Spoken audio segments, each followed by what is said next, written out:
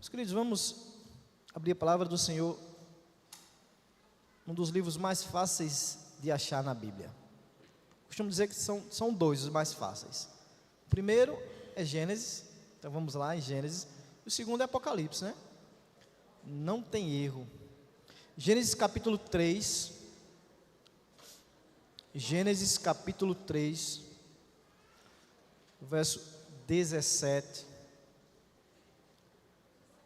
Primeiro eu queria parabenizar todas as mães. É um dia especial. Todo dia é o dia da mãe, né? Mas hoje, comumente, a gente tira esse dia especial para lembrar das mães. Inclusive as crianças vão fazer uma homenagem às mães no final do culto. E eu poderia escolher uma mensagem temática, né, ao dia, mas eu peço licença às mães que eu não vou fazer isso. Embora para mim fosse mais cômodo, até porque eu tenho algumas mensagens já preparadas para as mães, então seria bem mais fácil. Mas Deus me inquietou para um outro tema, e não sei se vai dar tempo, porque eu tenho só 2 horas para pregar, né, hoje, mas a gente vai se esforçar para isso, tá? Vamos pedir graça a Deus para nos ajudar. Primeiro porque o tema não é fácil, e segundo porque eu tenho pouco tempo, né? Gênesis 3, 17, nós vamos ler do 17 ao 19. Na dor, olhe para a cruz e para a glória. É sobre isso que vamos falar hoje. Na dor, olhe para a cruz e para a glória. Gênesis 3, 17. E a Adão disse: por ter dado ouvidos à voz de sua mulher e comido da árvore que eu havia ordenado que não comesse, maldita é a terra por sua causa. Em fadigas você obterá dela o sustento durante os dias de sua vida. Ela produzirá também espinhos e ervas daninhas, e você comerá a erva do campo. No suor do seu rosto você comerá o seu pão, até que volte à terra, pois dela você foi formado, porque você é pó e ao pó voltará. Senhor Deus, Pai, nesse momento nós queremos te pedir que o Senhor possa aquietar o nosso coração, nos tornar cativos à tua palavra, atentos para ouvir a tua voz, já que já falamos contigo, Senhor, através dos cânticos, falamos contigo através das orações, e agora nós queremos te ouvir, Senhor. Fala conosco, me usa como instrumento em tuas mãos, apesar de quem eu sou, Senhor, mas tudo seja dito, seja instrumentalizado pelo teu Santo Espírito e produza frutos para a tua glória. Assim nós te pedimos, Pai, e nós te agradecemos em nome de Jesus. Amém. Meus queridos, nos últimos dias nós temos vivido dias difíceis para o país. Não para nós paraibanos, porque não foi sobre nós, mas é sobre o nosso país, porque atingiu um estado do país, embora esteja longe, mas somos o mesmo povo, somos seres humanos, participamos, ainda que não como filhos de Deus todos, mas como criaturas de Deus, e filhos nesse sentido de irmandade, né?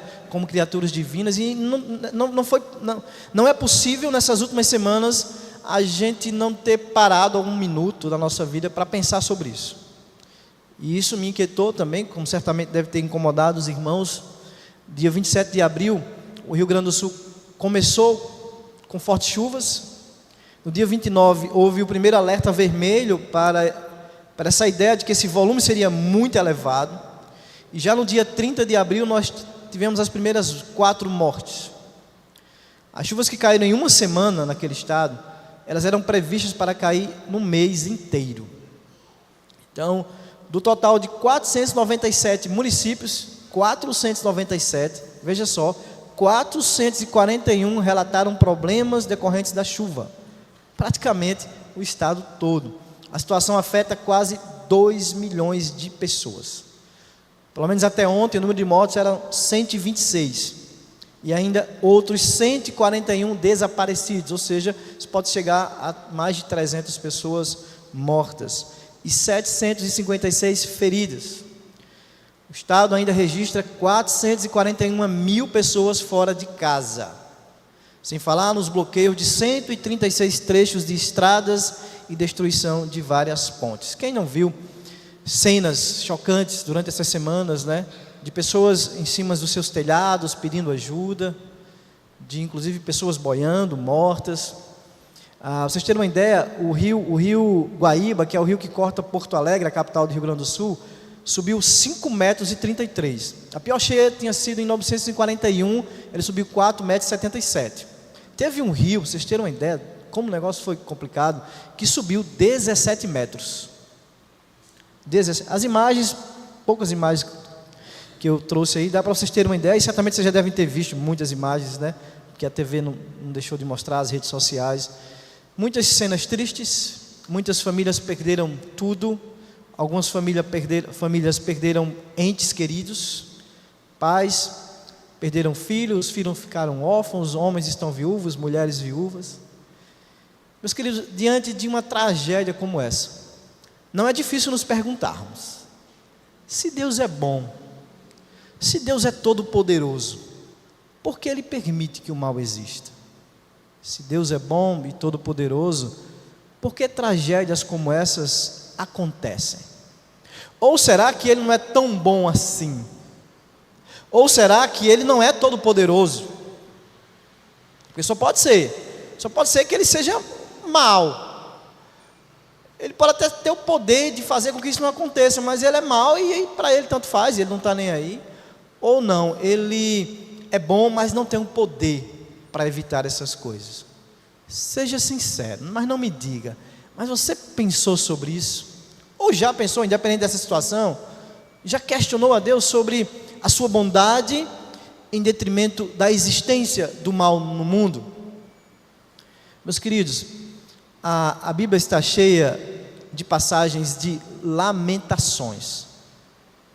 A Bíblia tem um livro chamado Lamentações. Para vocês terem uma ideia, dos 150 salmos da Bíblia, 50, ou seja, um terço, são salmos de lamentações. Lamentações individuais ou coletivas.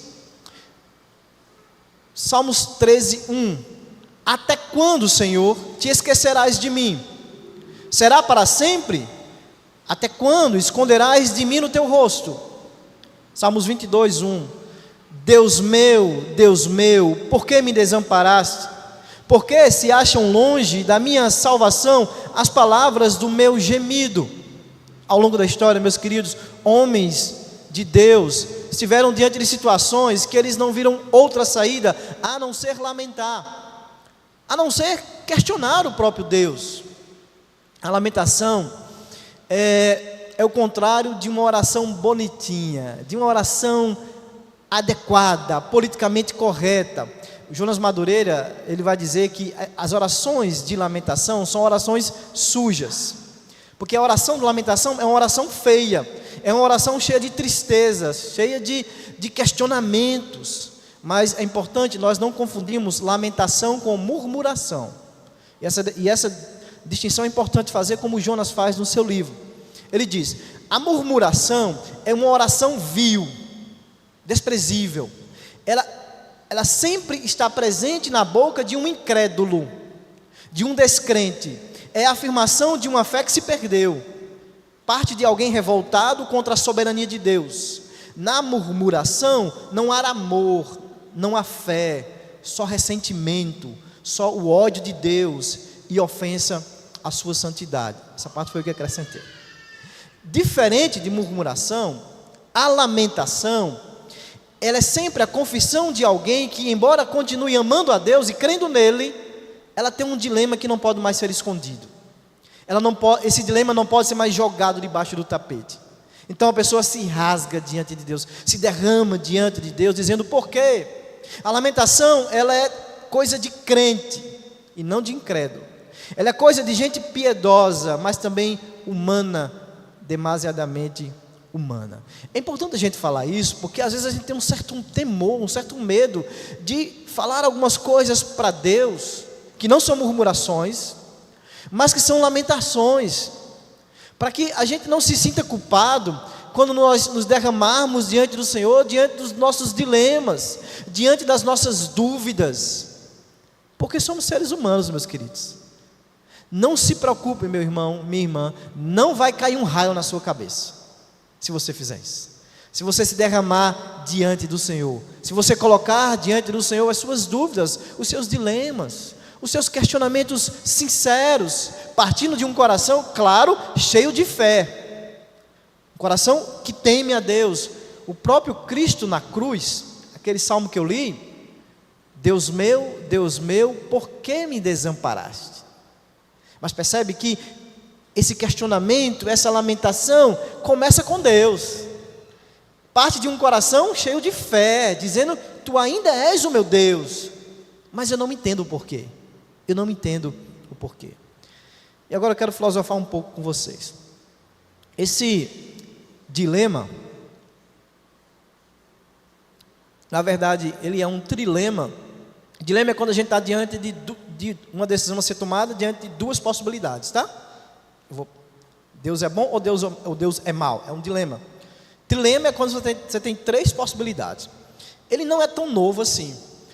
Esse questionamento que eu fiz no início, ele começa com um filósofo chamado Epicuro no século IV antes de Cristo. Ele diz assim, não é possível, ou seja, ele defende a ideia de que não é possível existir um Deus, e é claro, ele não está falando do Deus cristão, né? Mas não é possível existir qualquer Deus que seja onisciente, onipotente e benevolente. Trilema, né? E mesmo assim permitir o mal. Não é possível. Então isso é uma questão que vem quase 2000 anos sendo debatida ao longo de toda a história. E eu não vou muito devagar na filosofia, mas é importante a gente trazer isso para o nosso coração, porque a gente se pergunta, nós somos seres humanos, mas Deus, como pode o Senhor sendo bom, o Senhor sendo poderoso, o Senhor sendo onisciente, e ainda assim permitir tragédias assim, permitir que o mal aconteça? Meus queridos, quem foi que disse que essas verdades, elas são contraditórias? Porque elas não são contraditórias. Deus é onipotente. A Bíblia está cheia de referências que nos deixam claro que Deus é onipotente, que Deus é o Todo-Poderoso. Deus é bondoso. Nós lemos no Salmo 150 hoje. Deus é bondoso. A Bíblia está cheia de demonstrações claras de que Deus é bondoso. E nós não podemos negar, óbvio, a existência do mal. Nós não podemos negar. Então, Deus é bondoso, Deus é onipotente e existe o mal no mundo. Mas essa não é uma contradição, porque contradição é quando uma conjunção, ela revela a irracionalidade. Por exemplo, se eu dissesse assim, Deus é bondoso, Deus é poderoso e Deus não é bondoso, aí sim seria uma contradição, porque eu estou ao mesmo tempo afirmando e negando. Então, isso não há uma contradição aqui.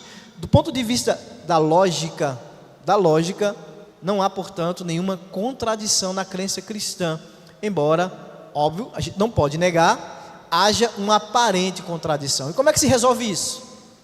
Primeiro, quem nos acusa de crer num Deus contraditório, nesse sentido, ele que tem que provar para mim que é contradição.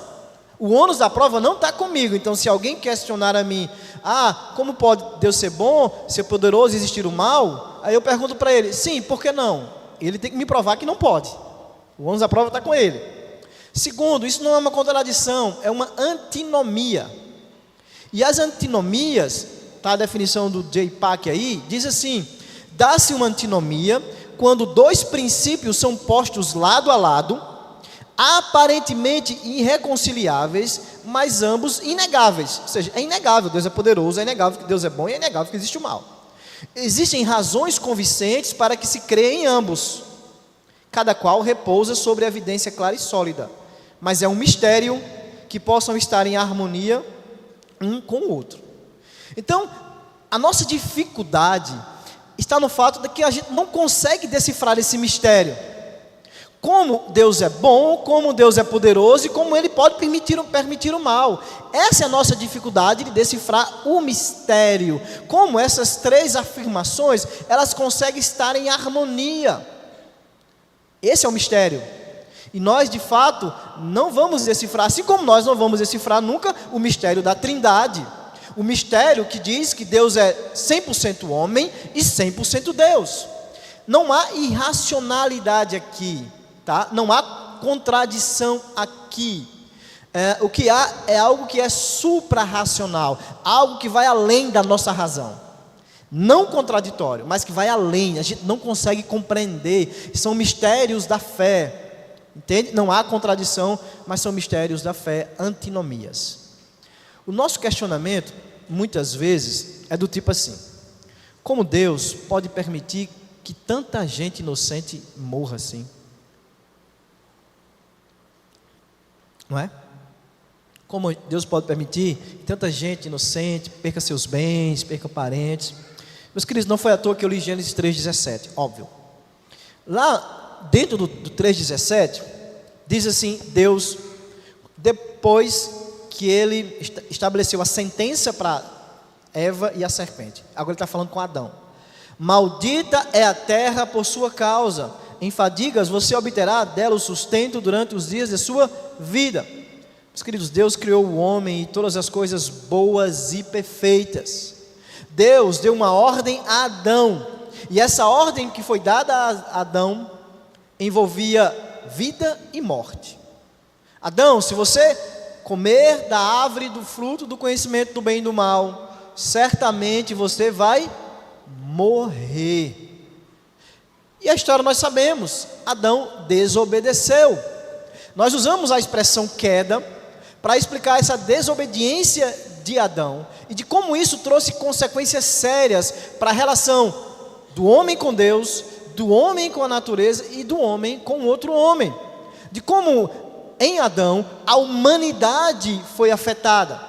O pecado se torna uma realidade, a morte, a doença, a tragédia, tudo isso se torna realidade por causa da queda. E a Bíblia diz que depois de Adão, depois da queda de Adão e a realidade do pecado em nossas vidas, não há mais inocentes diante de Deus. Não há mais inocentes. Romanos capítulo 5, verso 12 diz: portanto, assim como por um só homem entrou o pecado no mundo, e pelo pecado veio a morte, assim também a morte passou a toda a humanidade, porque todos pecaram. Romanos 3,10 diz, como está escrito: não há um justo sequer, não há quem entenda, não há quem busque a Deus. Efésios capítulo 2, verso 3 diz: entre eles também nós todos andamos no passado, segundo as inclinações da nossa carne, fazendo a vontade da carne e dos pensamentos, e éramos por natureza, meus queridos, filhos da ira. Esses somos nós, por natureza filhos da ira, por natureza condenados diante de um Deus que é santo, e exige santidade, e exige cumprimento da sua lei, e nós não cumprimos. Estes somos nós, culpados. Não há inocentes diante de Deus. Então, tiremos essa imagem romântica do ser humano. Nós não somos tão bons assim, não somos tão inocentes assim, pelo menos diante de Deus. E por mais que em momentos como esse a gente veja a graça de Deus derramada sobre as pessoas, de tal forma que elas deixem a sua vida e vá para lá ajudar as outras, isso é maravilhoso. Nós também podemos ver como o homem pode ser mau, mesmo diante de momentos como esse. Tinha gente, meus queridos, cobrando R$500 para alugar o seu barco para salvar vidas. Este é o ser humano. Somos assim, se aproveitando da tragédia ainda para de alguma forma trazer benefícios para si. Nós não somos inocentes diante de Deus, mas não somente o homem foi afetado pelo pecado, não somente o homem. Deus lança também uma sentença contra a terra. Quando a gente olha paisagens lindas como essa que vocês estão olhando aí, você fica à vontade de ir aí, não fica não? Fica não, Duda? Eita, eu queria ir. A gente fica.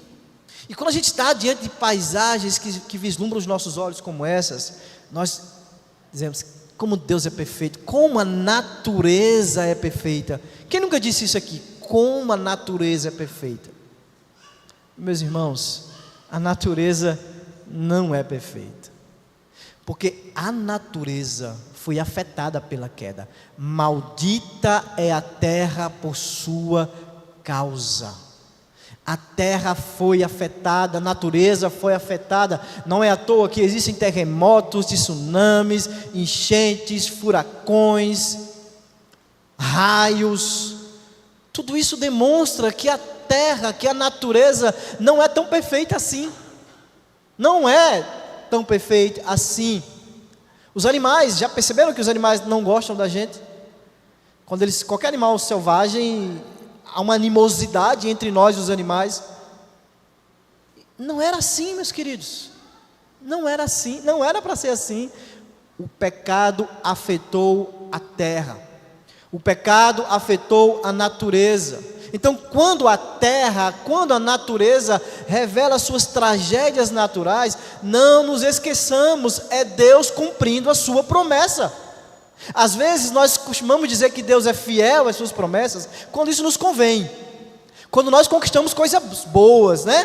Deus é fiel à sua promessa. Meus queridos, Deus é fiel à sua promessa quando as tragédias naturais também acontecem. Maldita será a terra. Não esqueçamos disso. Ele é fiel quando Ele também cumpre as suas sanções, as suas penalidades. Ele é fiel em cumpri-las também, meus queridos. E a criação afetada pelo pecado, ela também sofre. Isso é interessante. A natureza, a criação de forma geral, ela também sofre. Ela também está na expectativa. Ela também está ansiando dias melhores. Olha o que é que Paulo diz lá em Romanos capítulo 8, no verso 18. Ele diz assim,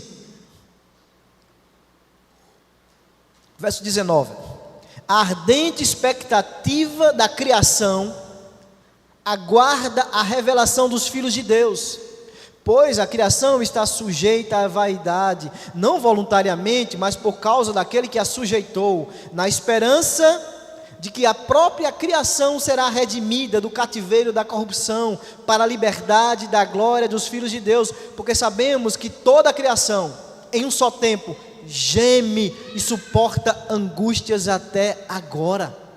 A terra foi afetada, a criação foi afetada, e assim como nós esperamos um dia recebermos novos corpos, glorificados, a criação também espera. O pecado afetou a criação, a terra geme, e o interessante é que essa ideia de gemer é uma ideia de uma mulher pronta para dar o parto. E aqui Paulo está falando de que há sinais escatológicos aqui também, da vinda de Cristo. A terra geme como uma mulher que está dando à luz, e aqui é óbvio, ele está falando sobre a antecipação da vinda do Filho, da vinda do Cristo. Nós não podemos ignorar estas verdades. Nós vivemos num mundo caído, afetado pelo pecado. Claro, se é afetado pelo pecado, está sujeito a tragédias, a desastres, a sofrimentos variados. Meu irmão, não se engane, tudo que acontece ao justo, acontece ao ímpio.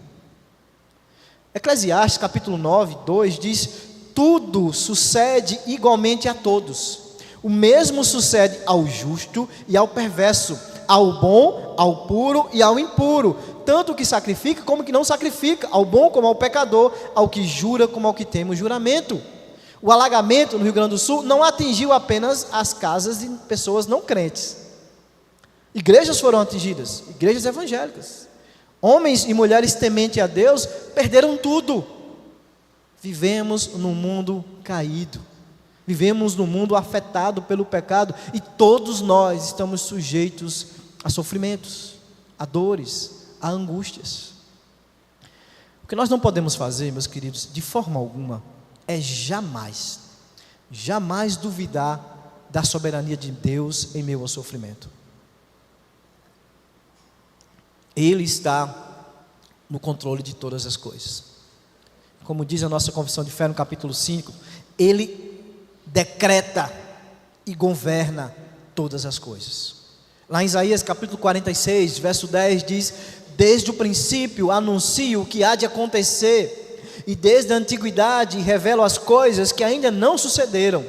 Eu digo, o meu conselho permanecerá em pé, e farei toda a minha vontade. Efésios capítulo 1, verso 11 diz: em Cristo fomos também feitos herança, predestinados segundo o propósito daquele que faz todas as coisas conforme o conselho da sua vontade. Todas as coisas conforme a sua vontade. Nós temos um Deus que está no controle de todas as coisas. Nada passa despercebido diante dele. Nada. Não cai uma folha sequer de uma árvore que Deus não esteja no controle. Porque eu deveria então, ao receber essa notícia de que Deus está no controle de todas as coisas, de que Deus está no controle do sofrimento da minha vida, porque eu então deveria receber isso como um doce ensino? O segredo é saber que a soberania de Deus poderia parar as chuvas, ainda que Ele não faça. Mas essa soberania de Deus que poderia parar as chuvas e ainda que Ele não faça, é a mesma soberania que sustenta a alma durante o tempo da chuva. É a mesma. O Deus que é gracioso, que poderia derramar a sua graça parando as chuvas, é o mesmo Deus que derrama a sua graça para aqueles que estão passando pela chuva, pelo alagamento, pela tragédia.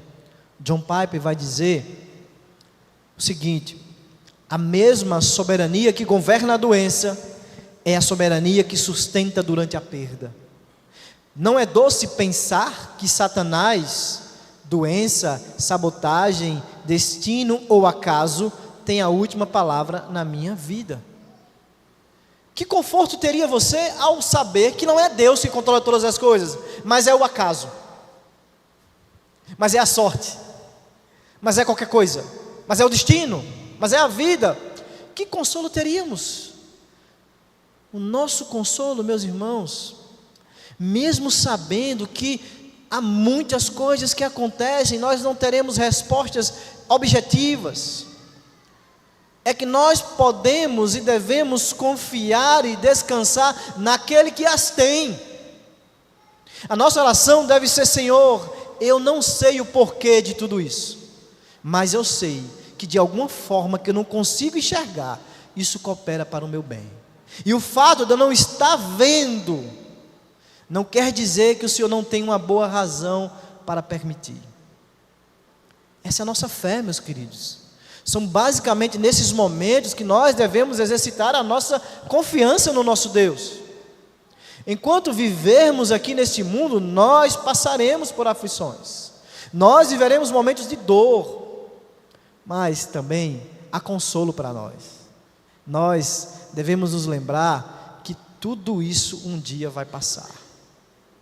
A natureza geme, como dores do parto, como quem está gerando um filho, como quem está anunciando a volta do nosso Salvador, como quem está preparando a vinda dele. A Bíblia diz lá em Apocalipse capítulo 22, quando ela está falando sobre a descida da Nova Jerusalém, sobre a descida da cidade santa, ele diz lá no 22:33, e ali nunca mais haverá maldição contra alguém, e nela estará o trono de Deus e do Cordeiro, e os seus servos o servirão. O nosso Deus, meus queridos, vai cumprir as suas promessas de reverter a maldição também. Quando a Nova Jerusalém descer, quando o nosso Cristo voltar, essa maldição será revertida. Não haverá maldição contra alguém, contra ninguém. E quando isso acontecer, meus irmãos, haverá novos céus, haverá novas terras, e Ele, o nosso Deus, Cristo Jesus, vai enxugar dos nossos olhos toda lágrima. A morte já não existirá, já não haverá luto, já não haverá pranto, já não haverá dor, já não haverá tragédias, já não haverá doenças. Mas, por enquanto, meus queridos, por enquanto estaremos sujeitos a tudo isso. Não duvide da bondade de Deus ao ver a maldade dos homens, ao ver as tragédias naturais. Porque o nosso Deus, Ele teve que manchar as suas mãos de sangue, Ele teve que se sujar de lama para colocar o mundo nos eixos, para colocar tudo no devido lugar. Quando nós dizemos que poderia ter sido diferente, ele poderia ter evitado o pecado, ele sabia que Adão ia pecar, então era melhor ele não ter deixado isso acontecer, tanto sofrimento e tal. Já parou para pensar que quando a gente faz esse tipo de questionamento, a gente está se colocando numa posição elevada demais, a gente está se colocando numa posição pretensiosa demais, de dizer como Deus deveria ter agido. Ele quis agir assim, Ele escolheu no pacto da redenção, na trindade, na eternidade, de que seu filho viria fazer aquilo que Adão não conseguiu fazer. Ele quis assim, que o seu filho descesse, sujasse os seus pés de lama, o Deus se fazendo gente, para salvar pecadores como eu e você. aí de fato, meus queridos, nós temos um inocente morrendo. Aí sim, nós temos o único inocente sofrendo sem merecer. O inocente de Deus, o justo de Deus, o segundo Adão, pondo as coisas no lugar. Paulo vai dizer lá em Romanos capítulo 5:17, se pela ofensa de um, e por meio de um só, reinou a morte, ele está falando de Adão, muito mais os que recebem a abundância da graça e o dom da justiça reinarão em vida por meio de um só, a saber, Jesus Cristo. Porque como pela desobediência de um só homem, Adão, muitos se tornaram pecadores, aqui quer dizer todos, assim também, por meio da obediência de um só, muitos se tornarão justos. Em Adão nós temos morte, em Adão, representados em Adão, nós somos pecadores, nós somos dignos da ira de Deus, nós somos culpados diante de Deus, mas em Cristo nós somos nova criação. Em Cristo nós já somos agora declarados justos diante de Deus, não porque o somos, mas porque Ele é no nosso lugar, mas porque Ele cumpriu aquilo que nós deveríamos fazer e não conseguimos fazê-lo. Meus queridos, Deus sabe o que é sofrer. Ele não enviou um representante aqui não, para resolver o problema não. Ele enviou e veio pessoalmente por meio do seu Filho. E Ele sabe o que é dor, porque Ele experimentou o que é dor. Ele não nos deixou sozinhos. Ele sabe o que é ser traído. Ele sabe o que é dor, angústia. Ele sabe o que é sofrimento, um sofrimento que nenhum de nós, nenhum daqueles que confessarem Jesus como seu Salvador saberão, porque nós não beberemos o cálice da ira de Deus. Não foi à toa que Cristo disse: Pai, se for possível, afasta de mim este cálice, mas não faças segundo a minha, mas segundo a sua vontade. Esse cálice que Deus afastou e Cristo de nós, Cristo bebeu por nós. Cristo bebeu por nós. Nós não somos inocentes diante de Deus. Não há inocentes diante de Deus.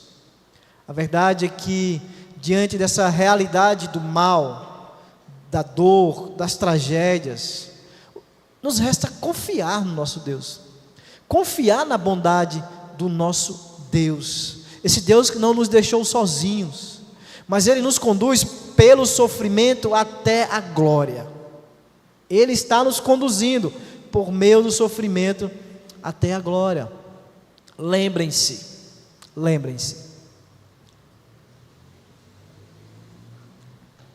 nós podemos ter certeza, meus queridos, de que não há incompatibilidade, não há contradição lógica entre a existência do mal, a bondade de Deus e o nosso Deus ser todo-poderoso.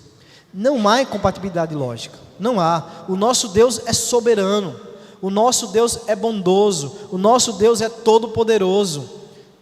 Glórias a Deus por isso. Esse é o nosso Deus. Nós também temos que admitir que nós não temos todas as respostas para todas as perguntas. Nós não temos aquelas perguntas que se levantam diante das tragédias.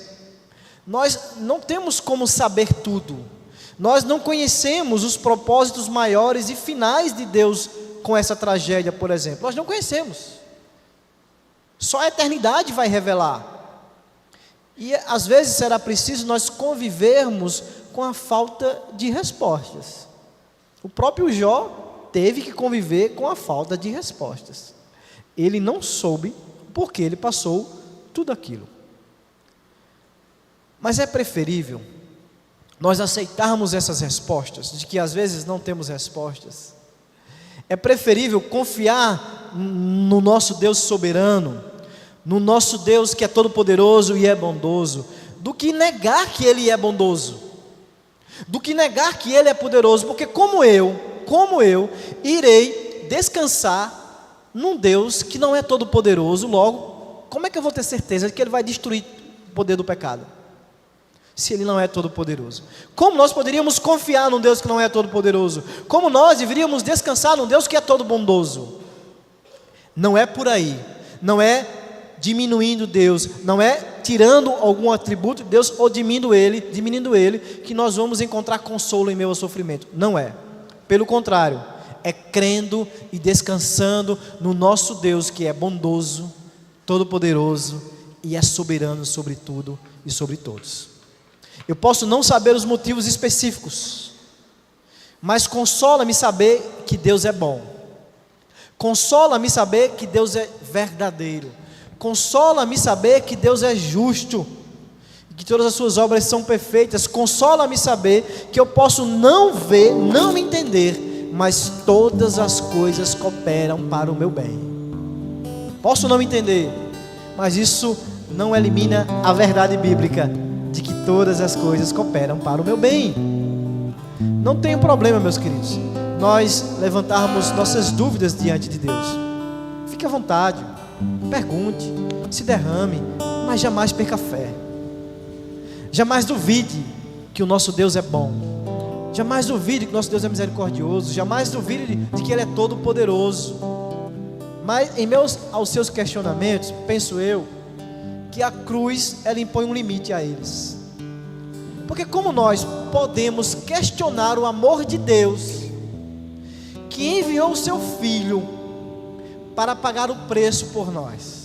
Como desconfiar do amor de Deus, que enviou o seu Filho para morrer uma morte sangrenta, violenta, dolorosa, bebendo o cálice da sua ira, para livrar eu e você, pecadores miseráveis como somos, do inferno? Como duvidar de um Deus que é assim? Não tem como duvidar do amor de Deus. Não tem como. Deus não precisa provar mais nada para nós. Nós é que devemos provar-lhe gratidão. Nós é que devemos provar gratidão a Ele. Ele não precisa provar mais nada, porque Ele nos amou quando nós éramos ainda inimigos dEle. A terra foi amaldiçoada. A terra continuará debaixo da maldição de Deus, até que o nosso Salvador venha fazer nova todas as coisas. Saber que o nosso Salvador virá nos faz lembrar que a nossa dor aqui, ela é por enquanto, ela é passageira, pois haverá um tempo em que não haverá mais dor. Saber que Jesus voltará deve nos fazer encarar as tragédias com um olhar na cruz, olhando para a cruz e vendo na cruz o amor de Deus.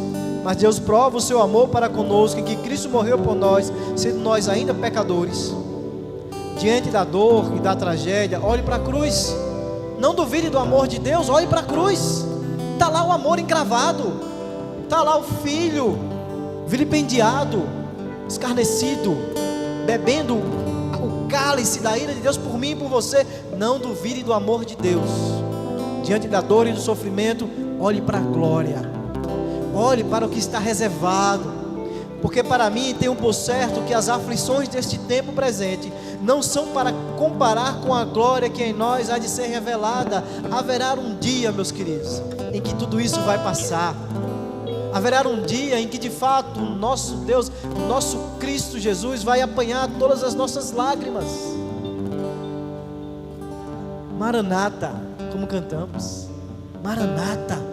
Que possamos desejar esse dia, olhar para esse dia com esperança, porque o Deus que prometeu que a terra seria maldita, e ela é maldita, e ela é amaldiçoada, foi o mesmo Deus que disse em Cristo Jesus: eu vou, mas eu voltarei, e Ele há de voltar, e a nova Jerusalém há de descer, e novos céus e nova terra hão de surgir quando Cristo voltar.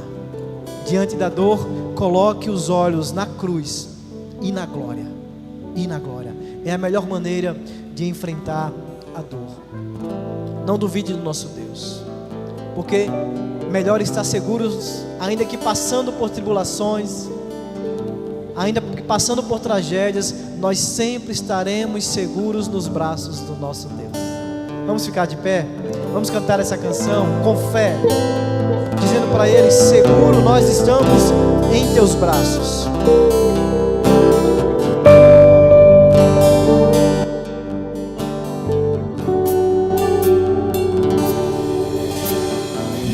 Seguro estou nos braços daquele que nunca me deixou.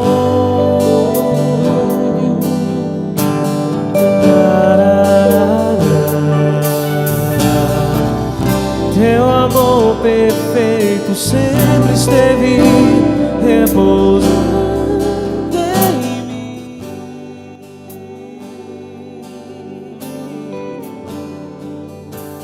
Se eu passar pelo vale,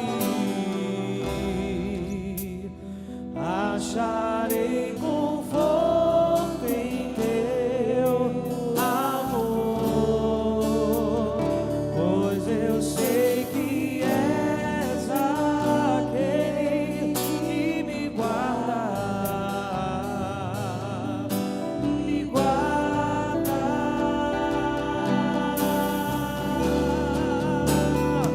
Em teus braços é o meu descanso.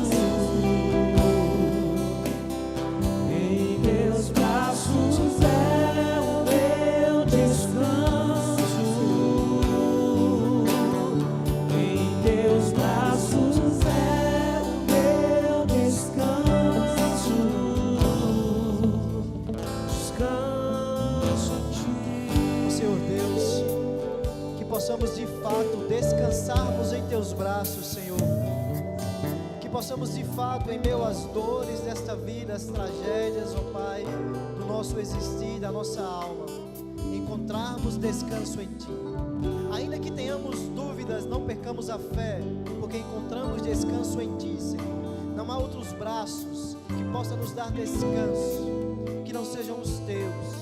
Por mais que muitas vezes nós não entendamos algumas coisas, mas nós queremos descansar e confiar naquele que sabe todas as coisas. Nos ajuda, Senhor, a não perdermos a fé diante das tragédias da nossa vida. Não nos ajuda, Senhor, a nos mantermos firmes na rocha que é Cristo. Nos ajuda, Senhor, porque às vezes nos falta forças, mas graças a Ti, que em Teus braços nós estamos seguros. Em Teus braços nós encontramos descanso para a nossa alma. Obrigado, Pai, muito obrigado.